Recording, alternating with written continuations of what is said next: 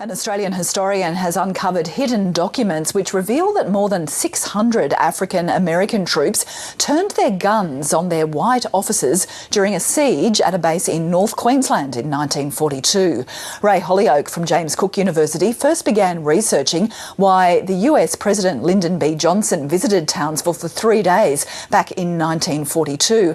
And what he discovered is evidence detailing one of the biggest uprisings within the US military. He joins us now by webcam. Ray Holyoak, how did this story come to light? Hello, Kim.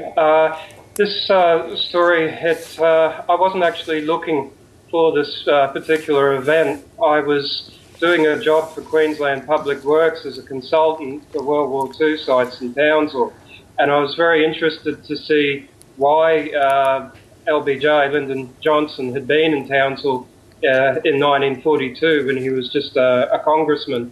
And the reason he had come over here was at the bequest of President Roosevelt to really uncover the true story of how the war effort was going in Australia and what American commanders were doing. And Johnson certainly came over here for his own political ambitions as well. And as a result of that, I found in the US archives this very damning document of the situation at the time. So give us a bit of an idea of how there were a lot of American troops, of course, based in North Queensland during World War II. What sparked this mutiny? It was a series of events. It was sort of the perfect storm leading up to things. Leave got cancelled. The pay wasn't coming through. Alcohol was banned. They got pushed to outside of Townsville to construct this giant airfield called Kelso Field. The equipment hadn't arrived for them.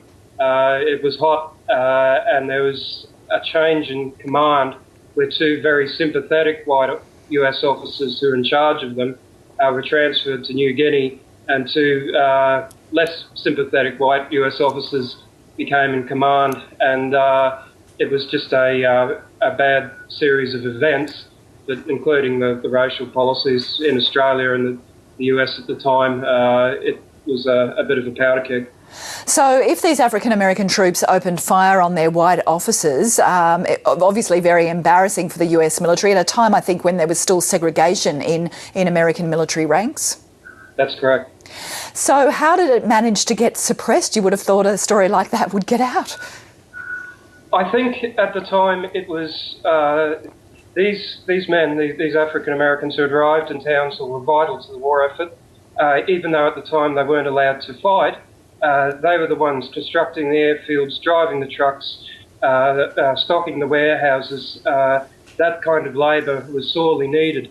Now, if this had got back into the wider community and been published in the papers at the time, then they would have been really thrown out of the country quite quickly due to the racial policies we had in Australia at that period, and it would have caused embarrassment to the US government as well.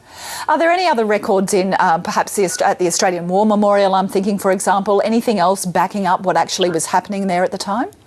Absolutely. There's documents in the Australian War Memorial which detail the events on the night, and that Australians were used to, Australian soldiers from the Townsville unit made roadblocks on about 7 different places. They were sandbagged and they had Bren gun carriers waiting.